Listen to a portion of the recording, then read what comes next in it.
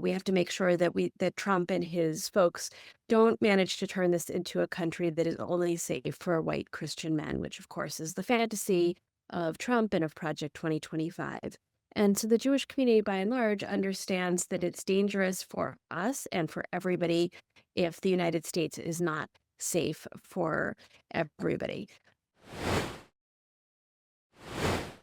There's a slippery slope here, and this is a lesson that is not lost at all on Jews in this country and elsewhere. And in January, after Donald Trump took office, you talk about him suspending the refugee admissions program, ordering mass arrest and deportations of undocumented immigrants, trying to overturn the 14th Amendment with birthright citizenship. So many of these incursions that suggest that slippery slope that the Lutheran pastor Niemöller referred to, that they came for the Jews and I was not a Jew and I didn't speak up. It feels like we're very speedily heading down that hill. And can you elaborate on that? Sure, thank you. It's really wonderful to be on this panel, but unfortunate that this is a conversation that we have to have right now.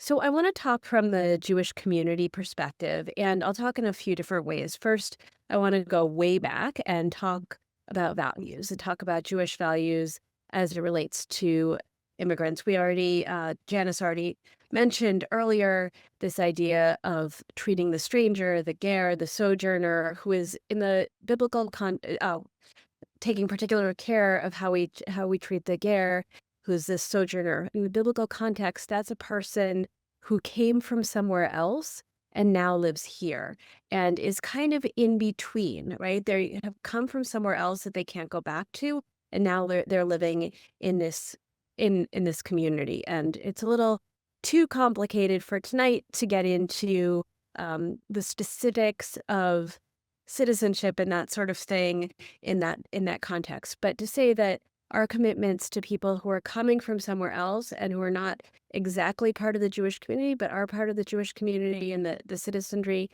really go back to the Bible.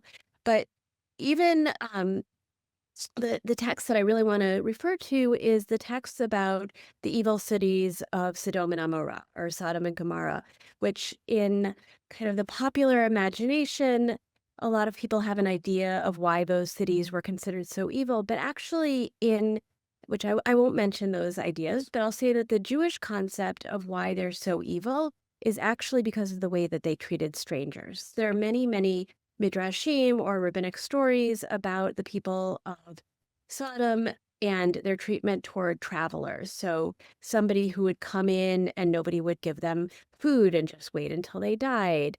And even the people who there's one midrash that gives a story of a young girl who tries to feed somebody who's hungry, and basically she's found out and pretty brutally punished. And so this is the sin of the city that is considered the most evil city, is that the people were cruel to foreigners who are coming and who are traveling there, which we can even see in the Peshat or in the direct text of the biblical story.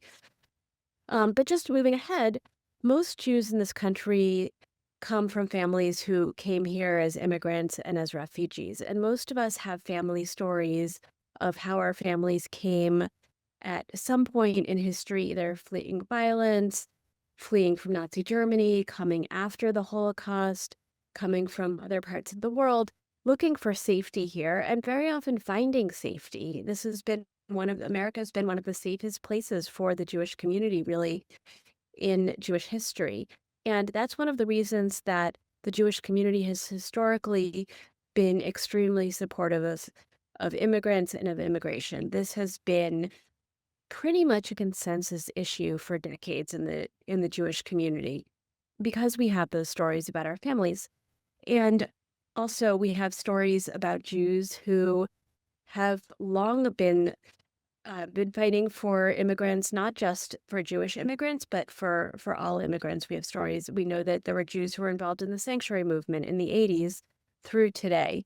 And we also understand that there can't be any separate peace for Jews, that we can't create a situation in which we get rid of anti-Semitism, in which we make America safe for Jews, but not safe for other minority groups.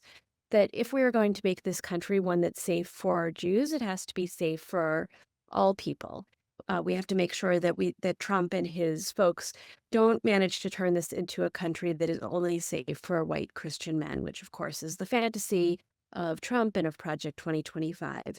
And so the Jewish community, by and large, understands that it's dangerous for us and for everybody if the United States is not safe for everybody. And I'm sure we'll talk more about how people are responding right now, but I'm the CEO of Trua, which represents more than 2,300 rabbis and cantors across the US and Canada. We have rabbis and cantors in 47 states, certainly including California, including the Los Angeles area, as well as 6 provinces in Canada. And during the first Trump administration, during this administration, in between, our rabbis and their communities have been out there accompanying immigrants to ICE check-ins, helping refugees get settled in their own communities, visiting the border and bring back stories of what's happening there, protesting, et cetera, to try to continue to make this country safe for immigrants, refugees, and asylum seekers, which of course is becoming harder and harder, as we've already heard.